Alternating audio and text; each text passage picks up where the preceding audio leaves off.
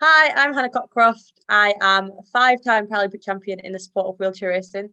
I'm also 12-time world champion and three-time European champion, and I hold the world records in the T34, 100, 200, 400, 800, and 1500 meters. I race in the T34 classification, as I mentioned, which basically means I'm an athlete with brain damage, and that then affects my legs and my hands. And I am in training currently for Tokyo 2021, hopefully. So let's get started on the questions. My first question: who is your biggest inspiration? So I I think in the sport, my biggest inspiration is an athlete called Chantal Petitclerc. Chantal is, I think, 14-time Paralympic champion. She's a Canadian wheelchair racer, and we used to share a coach when I was under Peter Eriksson. So I remember the first time that I met Chantal, it was just before London 2012 games, and you can probably tell I'm not a very shy person. But I remember hiding behind Peter, and I didn't want to talk to her, and I was just really starstruck. So there's only two people I've met that I have been starstruck by, and it's Chantal and David Beckham. So she's up there for me. Um, but I think inspiration now for me just comes from everywhere. I'm inspired by the girls that I race against, ultimately because they inspire me to train hard because I want to beat them. I'm inspired by just people that I meet every day, people that I train with. Inspiration comes from anywhere that you want it to come from. So yeah, somewhere different every day. Which of your world records is your favourite? So definitely my 100 meter. I think anyone who kind of follows that sport will know that the 100 meter world record in my classification has crossed hands a few times between myself and my British rival, Kare Adenegan. I got it back at the World Championships in 2019 out in Dubai. Prior to that, Carrie had taken it in 2018 at the anniversary games, going under 17 seconds for the first time ever for anyone in our class. So she absolutely smashed it out the park that day, and never really knew if I would be able to catch her because 17 seconds was something that I'd been chasing for about 7 years, and I just couldn't get it, and she got it. So I was a bit gutted, but yeah, that's definitely the one I'm most proud of, but it's definitely going to be the hardest one to keep a hold of, I think. What motivates you to be as best the let's start again. What motivates you to be the best you can possibly be? Um, I, I think again, just I know what it feels like to win, so I know that it's worth all the work that you put in. Ultimately, this year, the motivation's been really, really easy to find because I've had nothing better to do. So I've just trained every day as something to fill my time in lockdown. So really, I know that I'm in a really lucky position to be an athlete and to call this work and to call this a job. So I just really enjoy what I do, and that's kind of the motivation. Really, I get to go out and do something I love. So why would I not do it? What was the London 2012 experience like? How was the atmosphere in the stadium? London 2012 was just unreal. It was amazing. I feel like any words that you put it into just don't do it justice. It was just the absolute time of my life. Like, if on my last day of living, someone says you can go back and do one day again, I would do any day in London because it was just amazing. Um, I so I feel like I can't remember it that well. Like, I feel like the memories in my head are ones that I've just picked up from the media. But one of my, I remember going to the stadium, obviously to compete, and we were on the warm up track, which was maybe about 800 meters from the main stadium, and we were warming up for my race, and I could hear this like buzzing sound, like a radio that hadn't been tuned in properly. And I said to Peter, my coach, I said, "Oh, like, can you hear that? Like, what is that noise? It's really annoying me." And he said, "Oh, you should probably get used to it because that's the crowd." And up until that point, my biggest crowd that I'd competed in front of was probably about 200 people. So I was about to go from 200 people to 80,000 people pretty quick. Um, and then we went through each call room, each call zone, and the final call room was under the stadium, on a little warm up track, and the noise was just so loud down there, like the floor was physically moving. It was just insane. And I just remember looking around, and every other girl's face was just like a really pale white or green. They were so nervous, and I just couldn't stop grinning. I was so excited to go out in front of everybody, and obviously then we did, and just the cheer was just the loudest thing I've ever heard. Like, I love going to concerts and gigs, but none of it comes close to London 2012. As soon as they said a British athlete's name, oh, it was just amazing. And I don't think I'll ever experience anything like that again. So I just, honestly, London 2012 was the time of my life. And I wish I'd had another Paralympic Games before it so that I could have appreciated it for what it was, because I definitely didn't. I just thought that that's what a Paralympic Games was, and it was nothing special, but it honestly changed my life, and it was just the best time. I feel like I spent ages answering that question, so I should probably move on. Do you revel in being the one that people are chasing, or can there be a lot of pressure associated with that? Definitely pressure. I do wish that I had someone to chase it. It's not even the pressure, it's just knowing what's achievable. When you're at the front, it's so hard to break the barriers all the time, and not really have anyone there to push you to do that. Which I think is why I struggled breaking the 17-second barrier for the 100. And, once Kare had done it, I did it pretty quickly after her, but I needed someone to prove to me that it could be done. And mentally, I just couldn't get there. There is a lot of pressure, I know that every time I line up on the track, people just automatically expect me to win. It doesn't matter the situation, it doesn't matter who I'm competing against, it doesn't matter where we are or what else I've been doing. It's literally like, oh, Hannah's on the track, she should win. And I feel like slowly we're coming away from that, especially in the 100. I said I've got a rivalry with Kare, and I think that's the best thing that could have happened for me, because it does take mentally, it takes a bit of that pressure off, because I know that she can beat me, and I know that I can beat her, and ultimately that's why everyone watches sport.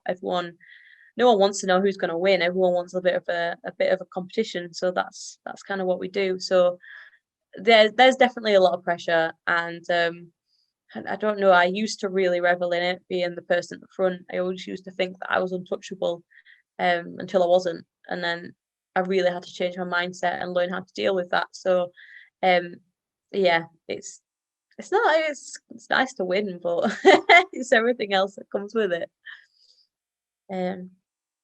Knowing what you know now, what advice would you give your younger self just starting out in athletics?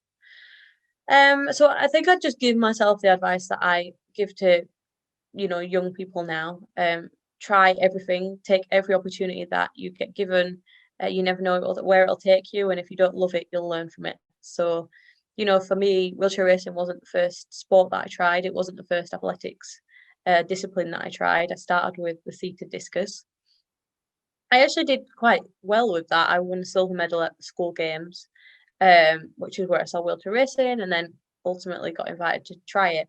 So I could very easily have just gone, oh no, like, this is my sport, this is what I'm going to stick with. But if you're in a sport, don't be afraid to try other ones to see what might work better for you, because you never know what talent might be hidden.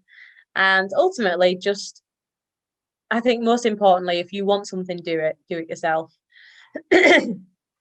Like, I've taken a long time to learn that. It's great to have a team around you, and it's really nice to have someone else to depend on. But if it's really important to you, just get on with it. Stop waiting for other people to do it. If you're not happy with your training plan, or you're not, I don't know, doing what the exercises you think you should be doing in the gym, just ask the questions and make it right. And don't just wait for other people to do it for you, because it never happens. Who do you think are the up and coming stars we should look out for? So in wheelchair racing, I think in wheelchair racing in Britain, there is a wheelchair racer called Mel Woods coming through. She's a T54, so not my classification, but I genuinely think she's going to be an absolute star. Like, she's flying already, and she trains really, really hard. So it's really good to see. Internationally in my sport, I think in my class, a girl called Robin Lambert, who's an Australian athlete, she's going to be fantastic. She just needs to work on her confidence a little bit, but she will be a really good sprinter. So definitely one that I need to look out for, if nobody else. um, with the tracks being shut, have you managed to do any training through lockdown? I bet the road through Wainstall's been taking a beating. So I don't live in Halifax anymore. I live in Chester now. So unfortunately, I haven't been able to get out on my old Wainstall's road near mum and dad's house. But yes, I've still trained the whole way through lockdown. Obviously, had a bit of a wobble when the initial lockdown came into place and the Paralympics were first announced as postponed. I think every athlete did. Every athlete struggled a little with that news, even though it was expected. You know, we train for 4 years for these things, so it's a lot of your life to suddenly then add another year onto that. But I didn't miss any training. You know, I actually heard the games cancelled whilst I was training, so went and had a little cry and then came back and finished my session. And since then, like I said before, I've had nothing better to do, so I've just kept training. We've built a gym in the garage. I know you're probably thinking like some state of the art. It's not. We've bought it all off Facebook Marketplace pretty much, but it's made sure that myself and Nathan Maguire, who's my boyfriend, we've both been able to keep training. And then we've made our spare bedroom into a roller room. So the rollers are like, it's like a big drum that you put the race chair on, and it works like a treadmill. So it's not electronic. We can just push and not go anywhere. So we've got 2 sets of them in the front bedroom so that we could keep training there. And then I've lived in Chester 2 years this month, and we've literally explored every single road around our local area to try and find something that will replace the track or make sure we can get the miles in. So yeah, we've managed to keep training. We've had to be very, very creative in how we've done it, but so far so good. And hopefully soon we won't have to keep being creative. We just get back to normal and back on the track, because this is the longest track break I've had in 13 years now. So I'm ready for it to go back to normal. It's been a tough year on all our mental health. What have you been doing to best deal with the pandemic? Has it been training focused, or have other more leisurely activities helped you? It's a really good question. I think, like I said, I've kept training because I've had nothing else to do, and I do think that's massively helped. Just having a schedule for the day, so either joining a Zoom call and training with other people over Zoom, or even just agreeing a time with Nathan to go out training, meant that we had to get out of bed, we had to go and do our session and get it done. It sounds really bad, but I've quite enjoyed lockdown. Obviously not now, not the third one. But up until this point, it's not been too bad. It's allowed me a lot of time. I feel like since London 2012, my life has just been on fast forward. Like every single day I've been somewhere doing something, and I've never quite caught my breath. So lockdowns allowed me that time to just rest for a little while, and not rest in terms of stop training or anything like that, but literally just have a whole week of nights in my own bed, which has now turned into a whole year of nights in my own bed, and actually just learn what rest and recovery is. And I think that's going to really positively impact my performances on the track. So mentally, I've just allowed myself to take a break. Normally I'm trying to fit in I don't know, a photo shoot and then an interview and then training, and then I'm off somewhere else. And I used to spend so much time in my car or on trains, literally being somewhere new every day. So this has made me wake up and realize that actually your body works so much better when you allow yourself a little bit of time. If you're tired, just sit on the sofa and watch Netflix, just chill. So mentally, I think, yeah, just not being as busy and being able to organise myself a little better has been the biggest positive out of lockdown for me. After lockdown, what is your biggest goal for 2021? So my biggest goal, Probably obvious. I'm going for 2 gold medals at the Tokyo Paralympic Games, hopefully, in the 100 and 800. Other than that, we'll just see what the year brings. I haven't really set any goals. We don't currently have any competitions on the calendar. So I'm not even sure how I'm going to qualify for Tokyo yet, but it's fine. I don't have any expectations. I just want to get there and do the absolute best I can, and then just enjoy whatever else the year brings. And ultimately, my goal is just to stay relaxed and stay organized and just enjoy things when they go back to normal. Um, what ambitions do you still have left in the sport? It's a really good question. Um, I have, hopefully I have my event in the Commonwealth Games next year for the first time ever. I've never competed at Commonwealths, never represented Team England. So, that's an ambition. I'd really like to hold all 4 titles at the same time. So European, Commonwealth, World and Paralympic. So that's an ambition for me. That's something I'm aiming for if my event gets kept in. Um, Other than that, I just want to be remembered. I want to be on that pedestal with the greats. I want to be remembered as someone who obviously was a great sports person, but also who made a difference in their sport. So, you know, I'd really like to make our sport a little more accessible for people. Wheelchair racing is a really difficult sport to initially get involved with. Obviously the race chairs are not cheap. You're looking at like 5 to 7 grand for a race chair. So it's not pennies in your pocket, and it's not the easiest sport to get involved with because there are not actually that many clubs in the UK that offer it. So I'd really like to try and make it more available. So I'm already, doing small things around that. I held an event in 2019, the Muller Grand Prix. I organised the whole thing. We had 60 athletes turn up, para athletes turn up to an event in Liverpool, and I put it on because I didn't feel like there were enough opportunities in the north, competition wise for wheelchair races.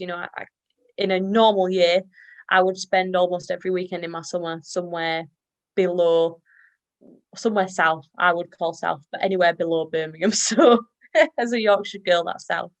Um, and I wanted to change that. So hoping that I can put more events on like that with the support of Muller and maybe other companies that want to come on board, and ultimately just get people more involved in my sport and hopefully find the next me, I suppose.